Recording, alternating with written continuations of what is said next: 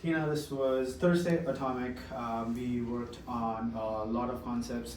I'll go from bottom to top up.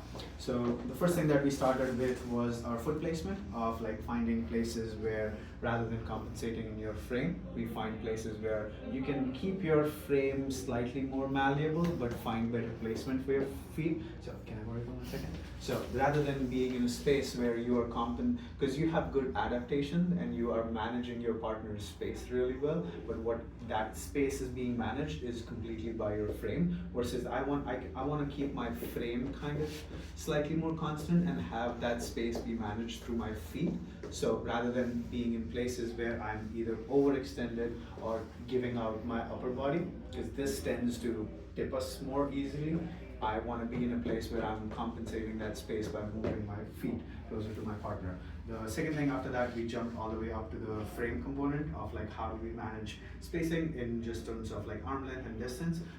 The whole key concept surrounded around like keeping your elbows slightly more relaxed and facing downwards, including in some things like wherever you're doing a tuck. So rather than getting in a space where you lift your frame to create that spin or finish that spin, you kind of keep your elbows pointing down, so you allow that space for your partner to fully finish. And just having the difference being like if I have this much space, my partner has the same amount of space as I move this. The only difference in this becomes is I engage my traps and kind of lift up my shoulders for no apparent reason, which doesn't have like a functional purpose to it. So just allowing that space so my elbows stay down will allow for that same compensation. The benefit of that being on the shorter side of the leads is I can manage a lot more space while I have my elbow down as I would have to my elbow going up. Because now spinning this would be turning of the entire body versus if I have even this much, for example, like I can still spin my partner easily without having to lift up my shoulder. Okay. After that, we talked just about creating spaces in dancing where you communicate to your partner what's going to be happening next. We talked about two main concepts of like being in a position where you can communicate to your partner on getting that space earlier. What that means is like last two counts of a previous pattern, you get to the place where you are going to be in the next two counts.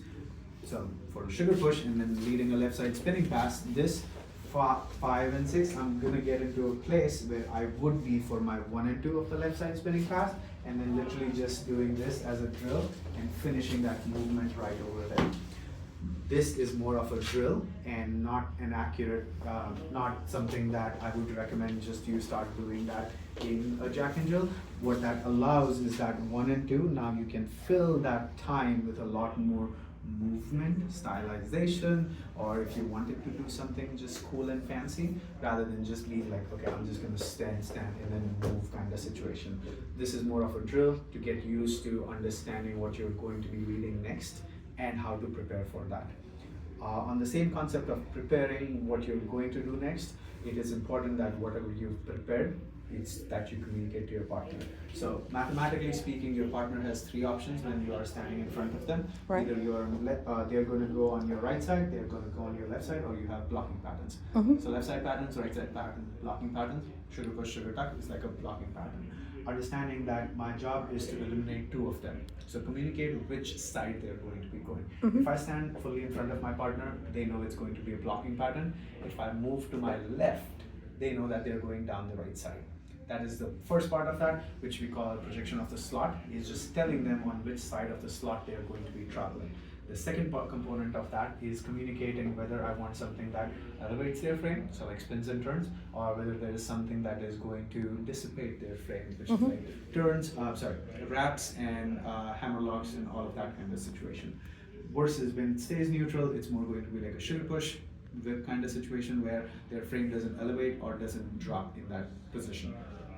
Combining both of those elements, we get into a place by 5 and 6, we communicate to them which side they're going, and we communicate to them what pattern likely it is going to happen. What this helps you with is going to be when you are dancing with whoever you're dancing with. It is important that when you communicate to them what's happening, that they know if they wanted to stylize, if they wanted to do something, that they will know exactly not exactly, they'll know approximately which space they're going to be in, so they can pull something from their repertoire in that, rather than being like, oh, you just got put in this place and now do something kind of situation. Yeah.